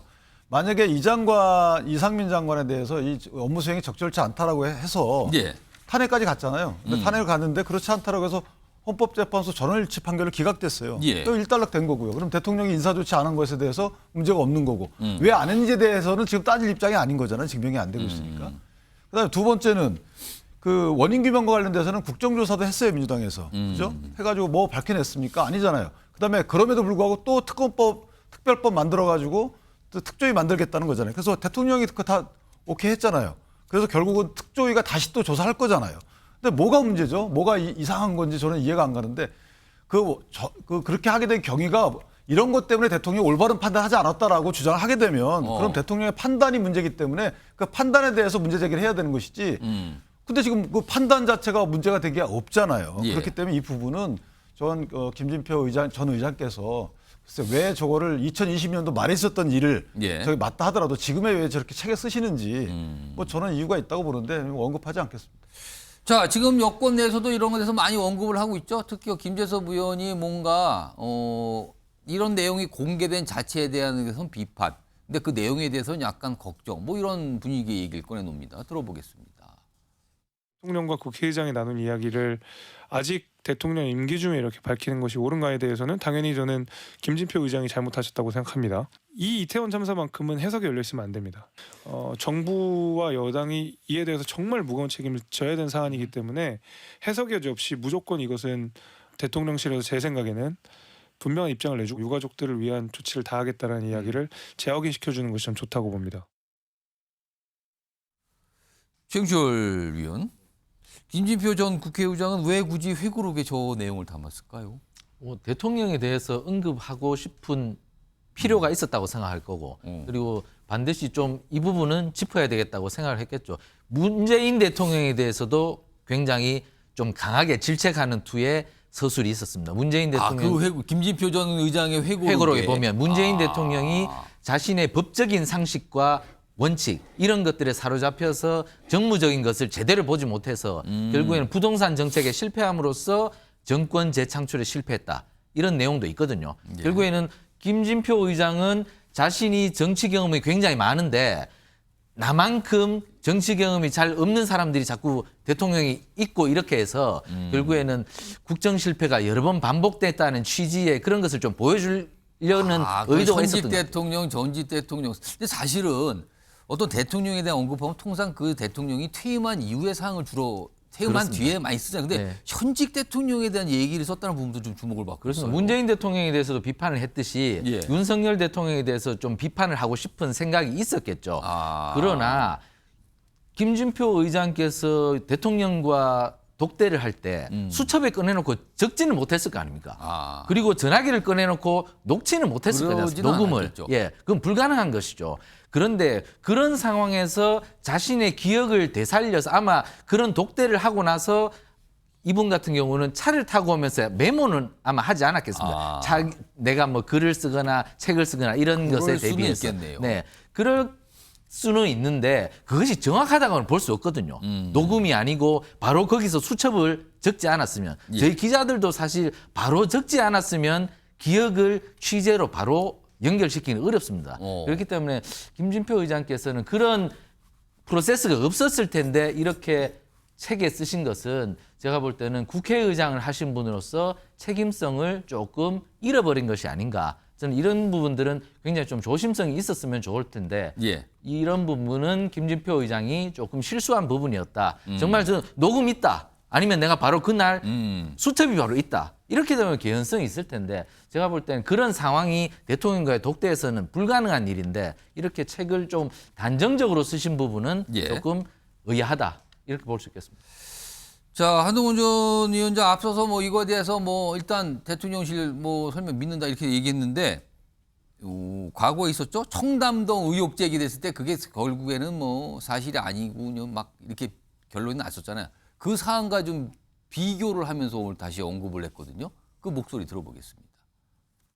더불어민주당은 청담동 술자리 의혹 같은 말 같지도 않은 것도 전 당력을 총동원해서 총공세를 정치 공세를 하는 정당입니다. 청담동 술자리 의혹도 전 당원 대표까지 나서서 동영상까지 틀면서 바로 물어버리잖아요. 자, 화면 좀 보겠습니다. 이 또 공방처럼 좀 가고 있는데요. 여기 보시면요. 특히 전 박홍근 민주당 의원이 뭐 강하게 문제 제기하잖아요. 이거 이태원 참사 관련 대통령의 잘못된 인식 드러난 대화 메모 있다. 본인이 김진표 전 국회의장한테 들었다. 당시에 내가 그래서 메모를 해둔 게 있다. 뭐 이렇게 얘기를 하고 있잖아요. 그러자 한동훈 전 위원장은 아니 근거가 그렇게 남았다면 1년 반 동안 뭐 했습니까? 그때 안 밝히고요. 이렇게 나오잖아요. 그러자 박홍근 의원은 아니 전에 들은 이야기를 당사자보다 먼저 공개할 수는 없는 거 아닙니까? 그러자 한동훈 전 위원장 아니 그런 말을 대통령이 하셨을 거라 믿지 않습니다. 이렇게 또 공방처럼 비춰지는데 소영주 소장 청담동 의혹 당시 사실 이게 민주당이 약간 좀 뭐랄까요 그때 당시 헛발질했다 이 평가받았는데 그거와 또 얘기를 하면서 이 얘기를 꺼내는데 이거 어떻게 보십니까? 한동훈 후보가 당황했어요. 그렇게 매우 보십니까? 당황했습니다. 결국에는 갑자기 이건 설마 대통령이 이런 인식을 갖고 있는 게 사실이라면 대통령 자격이 없는 거 아니야? 방어가 불가능한데 그러면서 청담동 얘기를 꺼내요. 문제의 본질을 한동훈 후보가 모르지는 않을 겁니다. 이태원 참사가 어떤 일입니까? 159명의 젊은 청년들이 길거리에서 죽었습니다.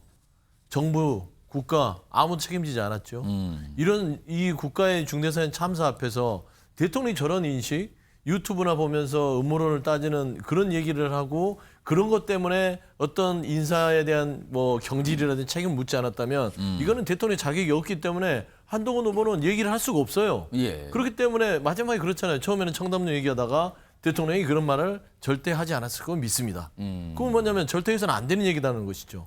그러니까 저는 두 가지만 빨리 말씀드리면 김진표 의장 제가 모셔봤습니다. 예. 이분 머리가 좋아요. 서울법대 위스콘신대 나왔고요. 재경고시를 봐서 수치가 굉장히 밝습니다. 그리고 의장을 하면서도 제가 의장 전에도 모셔봤지만 이분은 수치를 들으면 잊지 않아요. 예. 그리고 이분은 그날 모든 걸 기록합니다. 보좌진을 통해서. 그래서 저는 이 부분에 대해서 만나는 모든 일정에 대해서 책을 쓴다고 했었으면 오랫동안 준비하면서 기록을 남겼을 것이고요. 그다음에 지금 대통령의 일거수일투족을 보면 이태원 참사 특별법 거부권 행사하셨죠. 그 이유가 드러나는 것이에요. 그다음에 유가족들 만나자고 했는데 거부하셨죠. 그 이유가 드러나는 것이에요. 분양 갔습니까? 2주 전이 됐어도 이런 모든 것들을 종합하다 보면 틀림없이 윤석열 대통령은 이 말을 했었을 것이고 그다음에 대통령실의 입장도 김진표 의장이 회고록을 썼으면 그런 말한 사실 없다가 아니라 내 말을 왜곡 해석하지 말아라. 얘기는 했어요. 근데 그걸 해석을 잘못했다고 얘기하는 것이기 때문에 예. 정말 대통령실에서 마지막에 나온 것들이 이게 무슨 문재인 대통령 지금 회고록 비교하면서 그렇게 얘기하는데 그럼 이거 특검하세요. 수사하시고. 예. 저는 그렇게 말씀드리고 싶습니다. 이건 중체다 문제다. 그래 말씀드립니다. 지금 이게 이제 공방으로 뭐 약간 비화가 됐다고 할 수 있죠.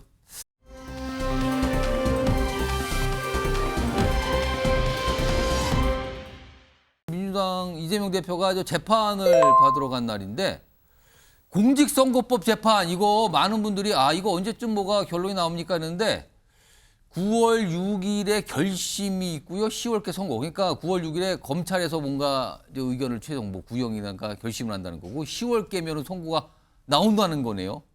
그렇다면 이게 1심 유죄 결과에서도 굉장히 중요한 영향을 미칠 수 있다는 재판인데 이렇게 지금 날짜들이 나오고 있습니다. 9월 6일 결심이고 10월께 선고 전망이다. 오늘 이재명 대표가 관련 재판 출석했는데 이런 얘기가 좀 나오고 있군요. 요것도 좀 굉장히 주목을 받고 있는 상황인데 요거 간단하게만 윤기찬 변호사. 10월께 선고인데 만약에 이때 유죄가 나오면 어떻게 되는 겁니까? 그러니까 유죄가 나올지 무죄가 나올지 모르겠지만 예, 모릅니다. 유죄 중에서도 이제 100만 원 이상의 형이 선고법은 100만 원 이상이 되면 이제 문제가 커지는 거죠, 그렇죠. 이제. 100만 원 이상의 형이 선고되면 이제 당선이 무효가 되면서 피선거권이 없어지는 건 물론 이제 확정이 돼야 되지만 없어지는 것도 문제지만 민주당에서 선거 보전금을 다시 또 반환해야 돼요. 그 선거 400억 정도 됩니다. 대선을 말하는 거죠, 그러면. 그렇죠. 400억 정도의 반환을 하게 되면 또 민주당이 이재명 대표에게 그것도 구상권 청구할 가능성이 물론 지금 저 말이죠. 10월은 1심입니다. 1심. 그런데 저것이 이제 확정되면 물론 얘기가 커지지만 저 1심이 나오게 되면요. 당심이 흔들릴 수가 있어요. 첫 번째는 피선거권이 만약에 상실되는 해당 그 형이 나오게 되면 다음 대권 주자로서의 어떤 의미가 상당히 추락할 가능성이 있고요. 당에서 불안해지는 거죠. 그다음에 또 400여 원을 갖다 선관위에 반환해야 된다. 이것도 당심에 또 영향을 끼칠 거예요. 그렇게 되면 이제 당내에서 국민적 시각에서 볼 때는 뭐 똑같은 판단을 할 수 있지만 당내에서 상당히 회오리가 있을 수 있다. 그러니까 다른 그 대체 주자들이 언급되기 시작하고 이재명 대표에 대한 당내에 상당한 여러 주자들이 공격하는 면이 또 없지 않아 있을 수 있고 마지막으로 조국 신당과의 관계 설정도 애매해질 수가 있어요. 저렇게 되면 조국 신당이 지금은 주춤하고 있잖아요. 오히려 탄력받아서 대체당 민주당의 대체 정당으로서의 위상을 다시 한번 찾으려고 노력을 할 것이다. 상당히 의미 있는 판결 선고가 될 것으로 보입니다. 자, 민주당 얘기 나왔으니까 뭐 마저 해볼 텐데 오늘 사실은 민주당이요 어떤 룰을 정하려고 했어요. 그러니까 지금 당대표 후보가 여러 명일 때는 이미 규칙이 있어서 그대로 하면 되는데 만약에 당대표 후보가 한 명만 나올 때는 어떻게 할 것이냐. 이게 규정이 없었대요. 그래서 오늘 정하기는 원래 찬반 투표를 하든가 아니면 아예 추대를 할까 이걸 정하려고 했는데 오늘 못 정했답니다. 다음에 정한다고. 뭔가 최근에 여론상을 의식한 것 같은데 하여튼 이런 상황이 오늘 있었고요. 이런 가운데 지금 관심사는 이재명 대표는 연임 쪽으로 간다는 게 많이 길어졌다고 그러죠. 그럼 과연 당대표 후보의 다른 정치인들, 민주당의 다른 의원 또는 정치인들이 나올 것이냐 말 것이냐. 근데 분위기가 묘합니다. 목소리부터 들어보겠습니다. 명 대표 안 나온다 그러면 좀 나올 만한 중진들 한번 자기도 도약을 하려고 그러면 좀 모험을 해야 되고 한데 이재명 대표하고 지금 이 분위기에서 붙으라 그러면 너 약간 돌았냐 뭐 이 소리밖에 더 듣겠어요. 그 정보가 좀 와전된 것 같은데 누가 그렇게 이야기하셨죠? 이 상황에 대해서 걱정하지 않는 사람이 있겠습니까? 그런 차원에서 정보도 공유하고 있고 여러 가지 이야기는 듣고 있습니다만 결심한 바는 없습니다. 아직. 초대한다고 해서 당내에서 많은 분들이 걱정은 하고 계시고요. 당대표를 초대하는 건 아니지 않나요? 김두관 의원께서 뭔가 말씀하는데 약간 자신은 많지 않은 것 같아요. 추대하는 건 아니지 않나요? 하는데 더 얘기를 안 하시네요. 화면 하나 보겠습니다. 지금 이인영 의원 얘기가 좀 있었어요. 당대표 출마할 거라고. 근데 최근에 이런 다른 분이 그런 얘기를 하니까 내가 뭘 입장을 밝히나 최재성에 가서 물어봐라. 왜 거기 내 얘기하고 다니던데 뭐 약간 이런 분위기였어요. 그리고 찬반이 있었어요. 출마에 대해서 이인영 의원의 찬반. 찬성하신 분은 이렇게 얘기했대요. 형 이러려고 오선했나? 그러니까 당대표도 안 하고 뭐 하려는 겁니까? 이번에 안 나가면 869로 붕괴해요. 근데 출마 반대 의견은 이거 자칫 잘못하면 개딸 집중 공격받고 정치적으로 소모한대요. 이재명 쪽이 원하는 건 들러리인데 들러리 쓰실래요? 이런 반응 나온답니다. 김진욱 전 대변인. 이재명 대표가 아닌 다른 당대표 후보 등장할까요? 안 할까요? 결론부터 말씀드리면은 전 등장하기 어렵다. 지금 분위기에서는 이번에는 왜냐하면 지금 이재명 대표를 중심으로 해서 이번 총선에서 압도적인 승리를 거뒀고 또 지금 이재명 대표 체제가 사실 굉장히 강권하게 만들어져가고 있는 이 상황 속에서 다른 사람들이 출마의 가능성 사실 이렇게 쉽게 찾기는 어렵고요. 예전에 이인영 대표 같은 경우, 이인영 전 원내대표 지금 의원이신데 이인영 대표도 이 대표에 출마한 적이 있었어요. 한 2010년도 선거 때도 출마한 적도 있었고 그러나 당선을 목표로 하지 않고 출마만을 목표로 하는 상황은 아닐 것이다. 지금 뭐 김두관 의원도 그 당내에 걱정이 많다 이렇게 하시는데 당내에 걱정이 많은 것과 당내에서 그 걱정을 가지고 출마를 할 수 있는 사람을 찾는 거 이건 좀 다른 문제이기 때문에 사실 지금까지는 쉽지 않아 보인다라는 생각을 갖고 있습니다. 자, 알겠습니다. 뭐 정치권 소식 다뤄봤고요. 다음은 최근에 이제 주목을 받고 있는 사회 현상 여러 가지 내용 좀 다뤄볼 텐데요. 우선 영상으로 내용을 좀 만나보겠습니다.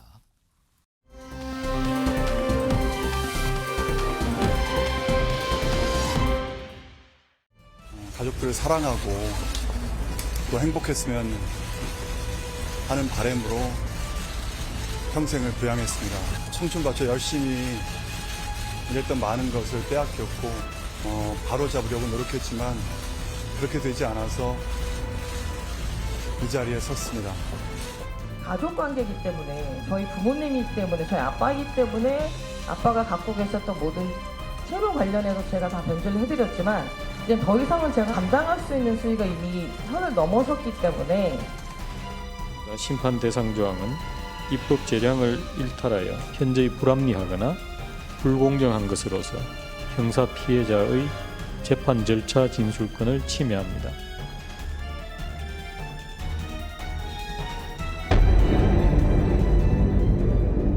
제목이 나왔습니다. 어제 헌법재판소의 결정이 나오는데 제목이 이렇군요. 돈 떼먹은 부모 자식. 여기서 돈은 부모 돈 또는 자식 돈이에요. 지금까지는 처벌 안 받았는데 이젠 처벌 대상이 된다는 겁니다. 어제 헌법재판소의 결정에 따라서요. 화면 좀 보겠습니다. 여기 좀 어려운 표현들이 등장을 합니다. 71년 만에 사라지는 친족 상도례입니다. 이게 어제 헌법 불합치, 그러니까 헌법재판소 이거 문제 있습니다. 이거 안 됩니다라고 판단한 건데 이경윤 변호사 나오셨는데 우선 친족 상도례가 뭡니까? 말도 좀 어렵습니다. 네, 이게 법이 가족의 문지방을 넘어설 수 없다 이런 말이 있거든요. 그러니까 이제 가정 내 문제에 있어서는 법이 개입을 할 게 아니라 가정 내에서 해결을 하라. 알아서 해결하지 법으로 따지지 그렇습니다. 말자. 예, 그런 문제 부분이었는데 그게 이제 제3범죄에 한정해서 그러니까 뭐 절도나 사기나 뭐 횡령 배임 이렇게 제3범죄에 한정해서 가족끼리에서 그런 일이 맞습니다. 벌어졌다. 예, 그래서 뭐 직계혈족 그러니까 아버지와 뭐 아들, 그다음 뭐 배우자, 그다음에 동거 친족, 동거 가족 또는 그 배우자 사이. 지금 말씀드린 이 가족 구성원들 사이에서 일어난 제3범죄에 있어서는 이제 어쨌든 형을 면제한다. 처벌을 하지 않겠다. 예를 들면 아버지 돈을 자식이 훔쳐서 썼어요. 네. 근데 처벌 안 받는다 이겁니까? 처벌 안 받습니다. 제가 만약에 저희 어머니의 지갑에서 돈을 가져갔다 쳤을 때 죄가 안 된다 그거. 처벌을 받지 않습니다. 예. 그게 친족 상도례입니까? 맞습니다. 예. 아, 이게 그런데 근데, 그런데 어제 헌재는 뭐라고 결정한 겁니까? 예, 근데 이 부분이 어쨌든 이 지금 말씀드렸던 그 가족의 범위, 그러니까 직계혈족, 뭐 동거 친족, 동거가족 이런 범위가 너무 넓다. 너무 넓어서 일률적으로 형을 면제하는 것이 사실 이제 피해자의 재판 절차 진술권을 침해를 하고 예. 그리고 이제 횡령에 있어서도 뭔가 이제 피해액이 50억이 이상이 되는 그런 피해가 발생을 했을 때도 예. 일률적으로 형을 면제했거든요. 그게 처벌을 못했었단 말이에요. 어마어마한 돈을 뭐 몰래 쓰거나 빼돌리거나 했는데도 그냥 네네. 똑같이 적용됐다. 그렇습니다. 용돈 빼가는 정도 수준으로만 봤다. 예, 그래서 처벌을 못했던 그런 부분도 있었고 그리고 우리가 가족 구성원 중에서도 조금은 이제 상대적으로 좀 취약한 그런 구성원이 있을 수가 있는데 그 구성원은 어떻게 보면 이런 재산 범죄에 있어서 피해자로서 이렇게 이제 뭔가 이제 재판 절차에서 이런 피해 내용을 진술할 수 없었던 그런 약자의 지위에 있었기 때문에 일률적으로 이렇게 형을 면제하는 부분에 있어서는 새롭게 입법을 해봐라. 그래서 이제 내년까지 이제 시한을 주면서 실질적으로는 뭐 위헌에 가까운 일에 그런 결정을 했다라고 보시면 될 것 같습니다. 그러니까 지금까지는 뭐 돈을 훔치고 뭐 사기도 치고 뭐 해서 돈 문제가 발생을 했는데 그게 부모 자식 간 또는 같이 사는 가족 간에는 죄가 안 된다는 거예요. 근데 헌법재판소가 이거가 문제 있습니다. 이때는 죄입니다. 죄 이렇게 결정을 한 거거든요. 그런데 많은 분들이 이 어제 나온 이 결정을 보고는요. 2명의 인물을 떠올렸습니다. 화면 보겠습니다. 여기 보면 박수홍 씨 사례와 박세리 선수 사례예요. 이게 대표적인 예가 이제 박수홍 씨 사례인데 박수홍 씨 사례는 지금 이게 복잡했는데 사실은 뭐 아버지가 자기가 그랬다고 주장을 했다면서요? 이거 박수홍 씨 사례가 이번 결정에 영향을 받습니까? 안 받습니까?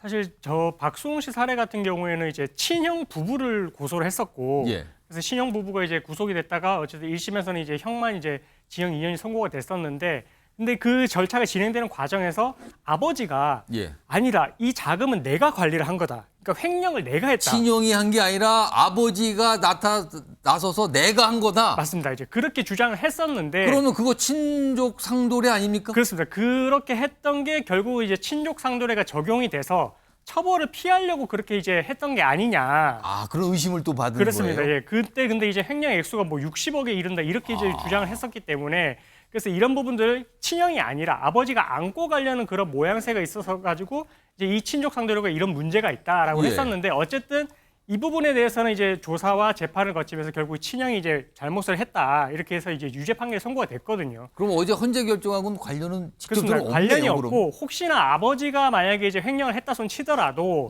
이 행위 시에는 친족 상도례가 유지가 되고 있었기 때문에 아버지에 대해서는 처벌을 할 수가 없고요. 박세리 씨 사건 같은 경우에는 그건 진짜 어떻게 됩니까? 박세리 선수의 경우는 어떻게 되는 겁니까 또? 그래서 이게 사문서 위조를 고소를 한 게 이 사문서 위조는 이제 문서에 관한 죄이기 때문에 애초에 친족 상도례가 적용이 안 되거든요. 그래서 이렇게 고소를 한 게 이 아버지하고의 딸의 관계이기 때문에 친족 상도례가 적용이 돼서 처벌을 할 수 있는 제명이 없기 때문에 사문서 위조로 우회해서 고소를 한 게 아니냐. 이렇게 이제 뭐 생각을 하시고 있는데 근데 이거는 뭐 사실관계가 좀 다르긴 해서 아예 그냥 어쨌든 박세리 희망재단이 피해자이기도 하고요. 그리고 문서에 관한 죄이기 때문에 애초에 친족 상도례가 적용이 안 되는 사건이라서 직접 또 돈이 연관돼야 되는 거군요. 그렇습니다. 예, 그래서 이 부분에 있어서는 적용이 되지 않지만 좀 구조상으로는 마치 아버지와 딸 사이의 문제이기 때문에 이게 적용이 되는 게 아니냐 좀 이렇게 조금 생각을 하시는 것 그러면 같습니다. 이 친족 상도례 어제 헌재 결정으로 어제부터 딱 멈춘 겁니까? 그렇습니다. 적용이 중지가 되기 때문에 이제부터는 이제 친족 상도례가 적용이 되지 않아서 이런 가족 간의 범죄에 있어서도 처벌이 가능합니다. 네, 처벌이 가능한데 근데 실무에서는 이렇게 이제 문제가 되는 경우에 있어서는 이 입법이 될 때까지 사건을 계류시켜 놓거든요. 사건을 진행을 시키지 않고 이제 일단은 적용을 중지를 해 놓고 뒤에 나중에 이제 개정이 되면 그 법을 적용을 해서 이제 판단을 하기 때문에 약간 이 사법당국도 소극적일 수가 있다는 거네요. 그렇습니다. 일단 그래도 이 법조항에 있어서는 지금 이제 개정을 하라라는 헌재의 결정이 있기 때문에 이제부터의 그 가족 간의 이런 재산 범죄에 있어서는 처벌 대상이 된다라고 생각하시면 되고 그게 입법이 개정이 어떻게 될지는 뭐 물론 지켜봐야 되겠지만 헌재에서 예를 든 거는 이제 2항에 대해서는 합헌 결정을 했어요. 피해자의 고소가 있어야 처벌할 수 있다라고 했는데 어쨌든 그 부분은 좀 차용을 해서 이 1항에 대한 가족 관계에 있어서도 어쨌든 피해자의 고소가 있는 그런 소추 조건을 붙여서 이렇게 개정을 해보라 이렇게 했기 때문에 뭐 그런 부분은 어떻게 개정이 될지 한번 지켜봐야 될 것 그러니까 같습니다. 어제 결정이 두 가지네요. 재산범죄에 대해서 이게 친족상돌에 적용되는데 그거 이제 안 됩니다. 죄 있는 겁니다라고 했고 동시에 다만 고소를 해야 되는 거 이거는 유지됩니다. 고소를 해야 되는 겁니다. 이렇게 된 건데 최경철 위원.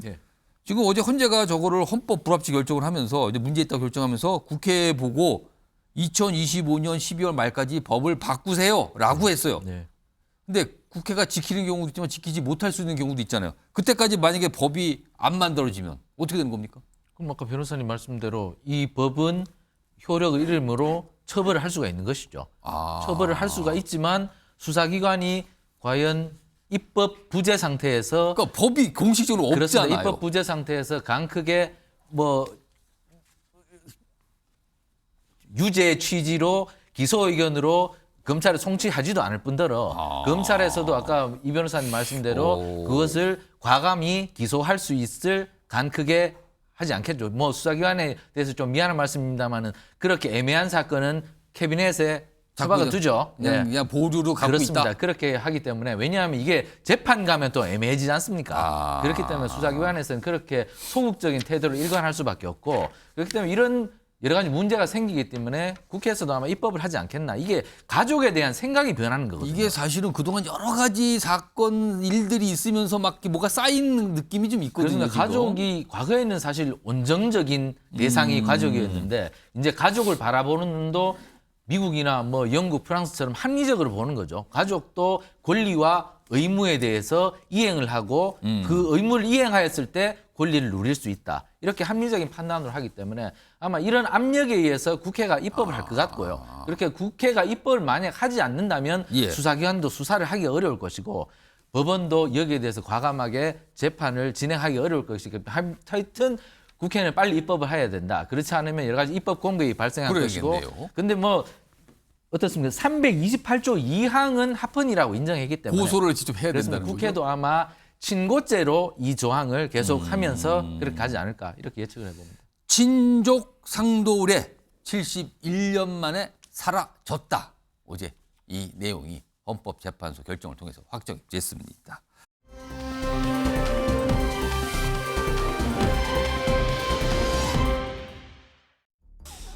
어려서 해야 될 부분은 충실히 소홀함 없이 해야 성인에 가서 좋은 경기력을 가지고 할 수 있지. 그 부분에 대해서 상당히 강조하고 또 그 반복하고 있습니다.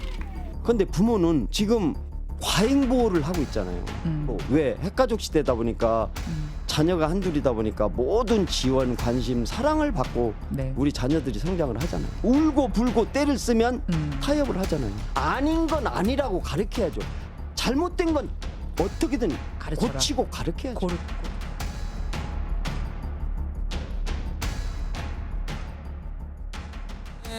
폭행이 있었다 이런 고소가 돼버렸잖아요. 지금 이 손흥민 선수의 아버지 손흥정 씨가 운영하고 있는 이 축구 아카데미. 근데 제목이 이러네요. 5억 이상 받아야 녹취록이 뭔가 공개가 됐습니다. 자, 화면 좀 볼까요? 일단 고소를 하신 분 중, 그러니까 어떤 학생이 훈련을 받다가 뭐 맞았다 뭐 이런 내용이잖아요. 그리고 욕설 들었다 이런 건데 그거에 대해서는 이 아버지 되신 분이 고소를 한 건데 처음에 이제 언론을 통해서는 아니 뭐 돈 요구를 우리가 바로 직접적으로 한 적 없습니다. 사과 못 받아 홧김에 그냥 돈 말한 것뿐입니다. 이런 내용을 얘기했는데 뭔가 약간 분위기가 다른 녹취록이 공개됐어요. 여기서 막 5억 뭐 이렇게 막 돈 얘기가 나오거든요. 일단 고소는 된 상태인데 돈 얘기가 나왔는데요. 이 목소리 녹취된 목소리거든요. 들어보겠습니다. 아니요, 안심하다고 했던 것 같아요. 저는 20억 안 부르는 게 다행인 것 같아요. 국민들 이미지 타격 없고 내가 아무것도 없이 여기 정리하면 5억도 싼 거 아니냐, 제 입장에서. 합의를 한다 그러면 돈이 중요한 건데 그만큼의 자기들 이미지 실추랑 다 막아 5억 가치도 안 돼요? 이용희 변호사, 이게 그러면은 어떻게 된 건가요? 이거 어떻게 봐야 되는 겁니까? 액수가 막 나오고 그러는데 설명이 어떻게 된 겁니까? 그러면 이 합의금에 대해서는? 그러니까 일단은 뭐 처음에 5억이라는 액수가 사실 이제 그것도 눈으로 보기에도 큰 액수인데 예. 그 액수에 대해서 피해자 측 아버지는 뭐 이제 홧김에 이야기를 한 거다. 홧김에 몰래 얘기하다가 뭐 사과 예. 얘기하다가 홧김에 그냥 그게 한 그렇죠. 말뿐이다. 예, 그런 뿐이었고 이제 구체적으로 그런 액수를 이야기를 하지 않은 것처럼 말을 했는데 실제 이제 손축구 아카데미의 그 변호사와 예. 그다음에 아버지와 이제 대화를 했던 그 녹취록을 이제 봤을 때는 뭐 20억을 부르지 않은 것도 다행이라고 생각을 해야 된다. 약간 아니, 그런 액수가 취지로 구체적으로 설명, 그러니까 뭔가를 취지를 설명하는 것 같단 말이에요 지금요. 예. 그러면서 이제 뭔가 지금 뭐 손흥정 감독과 이제 그 뭐 코치 그 다음에 그 지금 손흥민 선수가 어쨌든 여기에 결부되지 않을 수가 없는데 그런 이미지를 생각을 하면 그 이미지 언급을 한 부분이 있단 말이에요. 예. 그래서 뭐 이제 이게 뭐 이 사실관계가 알려지고 언론을 통해서 알려졌을 때 그런 이미지가 실추되는 부분에 있어서 생각을 하면 그 금액으로 합의를 하는 게 어쨌든 뭐 피해자 측 아버지 입장에서는 적정한 것이다라는 취지로 이제 그렇게 이제 녹취록에서 이야기가 나오고 있거든요. 그러면서 계속해서 이제 그 손축구 아카데미 그 변호사 입장에서는 그 정도 금액은 이제 뭐 지금 마련할 수가 없다. 합의를 그 정도 금액을 할 수가 없다라고 하는데 계속해서 어쨌든 금액적인 부분에 있어서 뭐 5억을 이야기를 했다가 3억으로 또 내려서 또 이야기를 했다가 심지어는 그 손축구 아카데미에 있는 변호사를 좀 회유하는 그런 모습도 있었습니다. 그러니까 5억을 받아주면 1억을 주겠다 개인적으로 예. 이런 말까지 나오다 보니까 과연 이게 정말로 피해를 입은 아버지 측에서 할 수 있는 그런 발언이 맞는지 좀 이런 부분들에 대해서 조금 의아하게 통상적으로 이런 건에 대해서는 합의금이 어느 정도 됩니까? 근데 사실 뭐 일률적으로 말을 하기는 좀 쉽지는 않은 부분이 있긴 한데 뭔가 좀 유명인들이 결부가 되면 조금 합의 금액이 좀 올라가는 부분이 있기는 합니다. 있기는 한데 근데 5억까지 이렇게 부를 수 있는 거는 사실 좀 조금 이례적인 것 같기도 하고요. 그래서 어쨌든 보통의 그냥 일반적인 사건에 있어서 아동 학대 사건이 발생을 했을 때는 예. 그 아동이 이제 피해를 입은 정도의 그 주수도 또 이제 고려를 하지 않을 수가 없고 뭐 정신적인 피해까지 고려를 했을 때 뭐 사실은 이제 몇 천만 원 수준으로 가는 것도 이제 좀 액수가 높다라고 판단이 되거든요. 근데 이거는 뭐 억 단위로 뛰기 때문에 그 액수가 조금은 상상을 할 수 없는 정도로 그렇게 부르고 있는 것 같습니다. 그럼 지금 이 녹취록은 손흥정 씨 측에서 공개가 된 거죠, 그러면? 그렇습니다. 예. 어쨌든 뭐 계속해서 이제 뭐 피해자 측에서 이렇게 입장을 또 이제 언론을 통해서 말을 하니 예. 재반박하는 차원에서 또 이렇게 입장을 낸 것 같고요. 그래서 뭐 이 부분에 대해서 또 이제 다시 한번 재반박이 있을지는 모르겠지만 일단 지켜봐야 될 것 같습니다. 근데 지금 뭐 앞서 이 합의금 부분에 대해서 약간 이런 얘기가 지금 나오고 있는데, 근데 이제 손흥정 감독 경우는 좀 욕설을 했다. 그걸로 고소돼갖고 다른 코치들은 이제 체벌해서 아이들 때렸다는 걸로 고소돼. 그거는 명확하게 정리가 된 겁니까? 그 부분은 체벌과 욕설 부분은? 근데 이 부분도 어쨌든 이제 그 체벌에 대해서는 오키나와에서 훈련을 할 때 이제 뭐 그 요건을 충족시키지 못했을 때에 4명의 학생들을 대상으로 이제 그렇게 했다는 건데, 예. 근데 사실은 이제 이 녹취록에 대해서 보도를 하면서 이제 나왔던 부분이 그때 당시에 오키나와 훈련을 할 때 있었던 학부모가 봤을 때는 뭐 체벌이 있기는 했지만 그래도 학대로는 또 판단이 안 됐다 본인이 봤을 때는. 지금 아동 학대 혐의로 고소한 건가요? 예, 그렇습니다. 그래서 그런 또 진술도 이제 있어가지고 예. 아직까지는 수사기관에서 어떻게 이제 결론을 낼지는 좀 지켜봐야 될 것 같고요. 어쨌든 손흥정 감독 입장에서는 이런 이제 만약에 이제 그런 폭언을 했다라고 하면 그런 부분은 이제 정신적인 학대에 해당이 될 수는 있지만, 근데 이제 말씀을 하시는 게 사랑이 전제되지 않은 그런 발언을 한 적은 없다. 이렇게 또 말씀을 하셔가지고 예. 그래서 이 당시에 어쨌든 계속해서 아카데미를 다니고 있는 학생들이 나머지 학생들도 이런 발언들을 만약에 들었다라고 한다면 예. 어떻게 해석이 됐고 어떤 의미로 받아들여졌는지 그런 부분까지 종합이 되어야 과연 이 학생에 대해서 이런 정서적이고 신체적 학대가 있었는지 여부가 드러나게 될 것 같습니다. 손정우 감독도 사실은 이 사안이 불거져서 입장을 냈는데 그중에 여러 가지 뭐 얘기를 하면서 시대 변화를 못 읽을 점 반성한다 이런 입장 밝혔어요. 그러니까 운동선수에 대해서 과거처럼 행동한 거다라는 취지로 들리잖아요. 근데 이와 관련해서 박지성 선수의 옛날에 책에 썼던 내용이 다시 회자되는데 화면에 있습니다. 이거는요. 최영철 위원께 설명 좀 해주세요. 박지성 선수가 쓴 자서전에 쓴 내용이 왜 다시 회자가 되는 겁니까? 뭐 하도 많이 맞아서 운동을 하기 싫었을 정도라고. 본인이? 예, 뭐 박지성 선수뿐만 아니라 우리나라 지금 절대 다수의 엘리트 스포츠 선수들이 똑같은 경험을 아마 했을 겁니다. 과거에는 저렇게 하지 않으면 훌륭한 선수가 될 수 없다고 그렇게 지도자들이 강하게 몰아붙였을 텐데 그 전환점은 하나 만들어졌었죠. 히딩크 감독이었죠. 2002년 히딩크 감독이 오면서 국내 감독이 아니라도 자율적인 훈련을 통해서도 얼마든지 국제 무대에서 훌륭한 성과를 낼 수 있다. 그 이후로 우리나라 월드컵 축구 대표팀 감독은 모두가 외국인 선수가 됐지 않습니까? 그럼 과거에는 아무튼 축구로만 한정하더라도 저렇게 막 맞고 하는 게 많았다. 그냥 일상이었다. 그렇게 유추할 수 있겠죠. 그렇지만 그 이후로 많은 외국인 감독이 오면서 우리나라 경기력이 굉장히 향상됐지 않습니까? 과거 박지성 선수가 어렸을 적 겪었던 그런 경험이 아니더라도 자율과 책임을 주어진다면 얼마든지 좋은 경기력을 볼 수 있다는 것인데 손정웅 뭐 그런 지도자께서도 뭐 그런 생각을 가지고 계시겠지만 약간의 일탈은 뭐 있어서 이런 사건이 벌어진 것 같아요. 본인도 약간의 시대 변화를 못 읽었다. 그렇습니다. 이런 얘기를 하네요. 그런 과정에 저는 과도기라고 생각합니다. 우리 스포츠 지도자들도 달리 생각을 하고 있을 것이고 이런 과정에서 이 과도기가 빚어내는 것이 이번에 파리올림픽이지 않습니까? 파리올림픽이 우리나라 역대 최소 선수단입니다. 그만큼 이제 엘리트 스포츠를 하려는 사람이 없는 것이죠. 그러니까 과거의 스파르타식 훈련 그리고 자율과 책임을 강조하는 새로운 훈련 방법 이것이 지금 부딪히는데 여기에서 과도기적인 해결 방법을 찾지 못하니까 결국에는 역대 가장 적은 선수단을 꾸린 만큼 우리나라 엘리트 스포츠도 굉장히 지금 침체기를 겪고 있고 혼란기를 겪고 있는 것이죠. 지도자들이 좀 더 새로운 해결책을 찾으셔서 좋은 경기력도 보이면서 보다 인간적인 선수들을 키워낼 수 있는 그런 환경을 만들어줬으면 좋겠습니다. 박주영 선수의 회고록 내용 다시 한번 불러볼까요? 그러니까 책 내용에 대해 또 아버지께서 박주영 선수의 아버지가 보인 반응이 있는데 지성이 가끔 내가 맞지 않고 축구 배웠다면 지금보다 훨씬 축구 잘할 수 있었을 텐데라고 말을 했다라고 또 이렇게 전한 내용도 알려지고 있네요.